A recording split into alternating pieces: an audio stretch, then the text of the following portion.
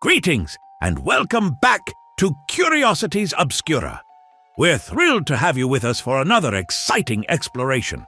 Please don't forget to like, click the bell icon, and subscribe to stay updated with our latest adventures. Now, without further ado, let's get started.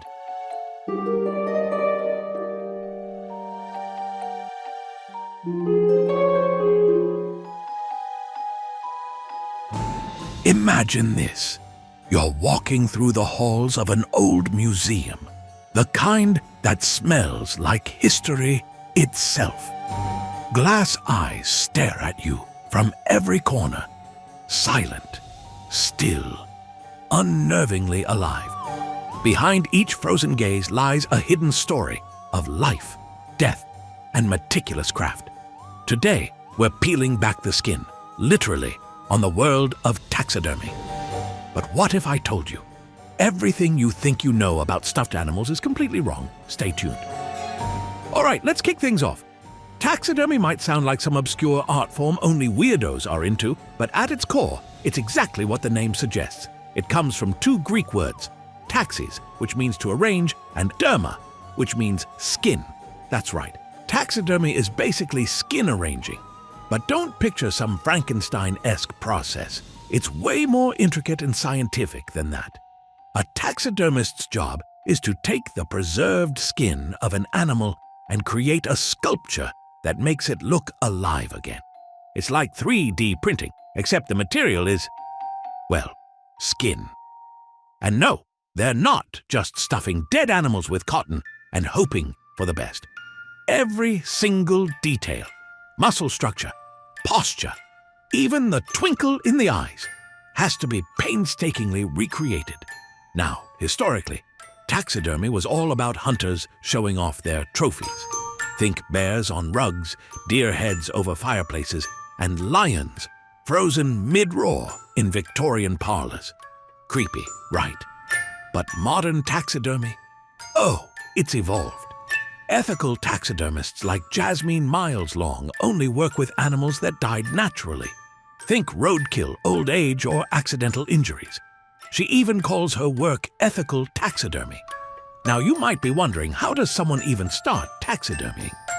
Do they have a secret lab? Or is it just some sketchy DIY project? Spoiler alert. It's a bit of both. First, there's the skin. For mammals like foxes or mice, the fur has to go through this gnarly-sounding process called pickling and tanning. It's basically like leather making, but for taxidermy.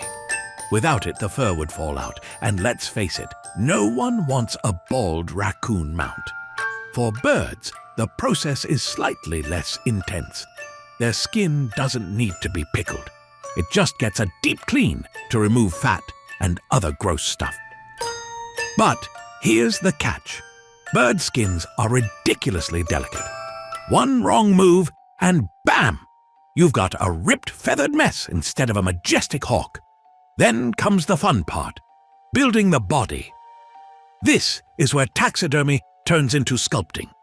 For birds, taxidermists use balsa wood, carving a body that's the exact size and shape of the real animal. For mammals, enter wood wool, a material that looks like hay, but acts like muscle. Using cotton thread, they wrap and shape the wood wool around a wire frame to mimic the animal's original structure. This process has a cool name, too, bind up. Sounds almost medieval, doesn't it? And let's not forget the eyes. No one's popping actual eyeballs into these mounts, thank goodness. Instead, they use glass or plastic eyes, carefully chosen to match the species. These fake eyes are set into the skull using air-drying clay. And let me tell you, if those eyes aren't perfect, the whole thing looks off, like nightmare fuel off. Here's where taxidermy gets wild. Once the body is ready, the taxidermist starts mounting the skin. For birds, the original skull stays attached to the skin, along with some wing and leg bones. But for mammals, almost everything is fake. The only real parts left are the claws, and sometimes the skull, which gets cleaned and reattached to the bind-up. But it doesn't stop there. Preserved skin doesn't have blood flow, so it loses that healthy, vibrant look. Taxidermists fix this by painting the exposed parts: beaks, legs, noses, ears, paw pads, you name it. And the paints they use, they're not just slapping on some Crayola here. Taxidermists often use acrylics or even specialized powders called pan pastels, blending and layering until it looks lifelike. This is where the magic happens. It's one thing to stuff a bird. It's another to make it look like it's about to take flight. A good taxidermist has to be part sculptor, part painter, and part biologist. Oh, and they need endless patience because this process, it can take weeks or even months for a single piece. As weird as it sounds, taxidermy is having a bit of a comeback. Imagine a world where we don't even need real animals to create lifelike mounts. It's not here yet, but it's on the horizon. Let's talk about how taxidermy has left its mark on pop culture. From creepy horror films to quirky art exhibits, taxidermy has a way of capturing our imagination and sometimes our nightmares. Remember Norman Bates' collection of stuffed birds in Psycho? Or the unsettling taxidermy cat in Coraline? These portrayals lean into the eerie side of taxidermy, making it a symbol of the uncanny, something that's both familiar and deeply strange. But it's not all about the spooks.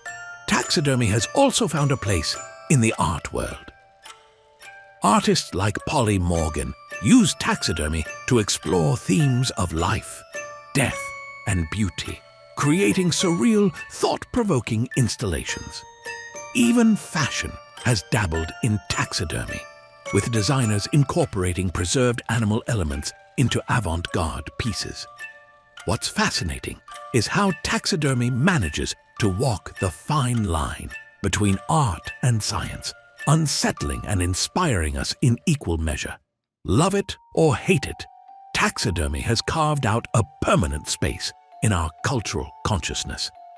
Finally, let's bust some common myths about taxidermy. First up, taxidermists don't use real eyeballs. That would be horrifyingly impractical.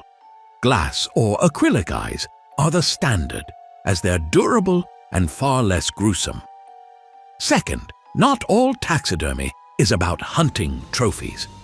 While it's true that trophy mounts have a long history, modern taxidermy often focuses on conservation, education, and even memorializing beloved pets.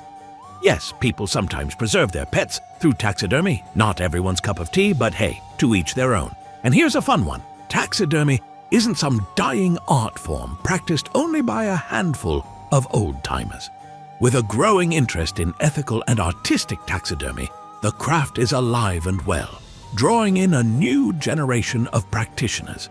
So, whether you think it's fascinating, creepy, or just plain weird, taxidermy is way more nuanced than the stereotypes make it out to be. So, the next time you see a stuffed bird in a museum, think twice. Behind that glassy stare lies a story of life, death, and the delicate hands of an artist. And who knows, maybe someday taxidermy won't just be about preserving the past. It might be the key to understanding the future. But here's the real question. How far would you go to bring something back to life? And with that, we conclude our exploration into the history of taxidermy. Join us in our next venture on Curiosities Obscura, quenching your thirst for curiosity as we continue to showcase the curiosities, oddities, and mysteries that shape our world. Until then, may your curiosity illuminate your path.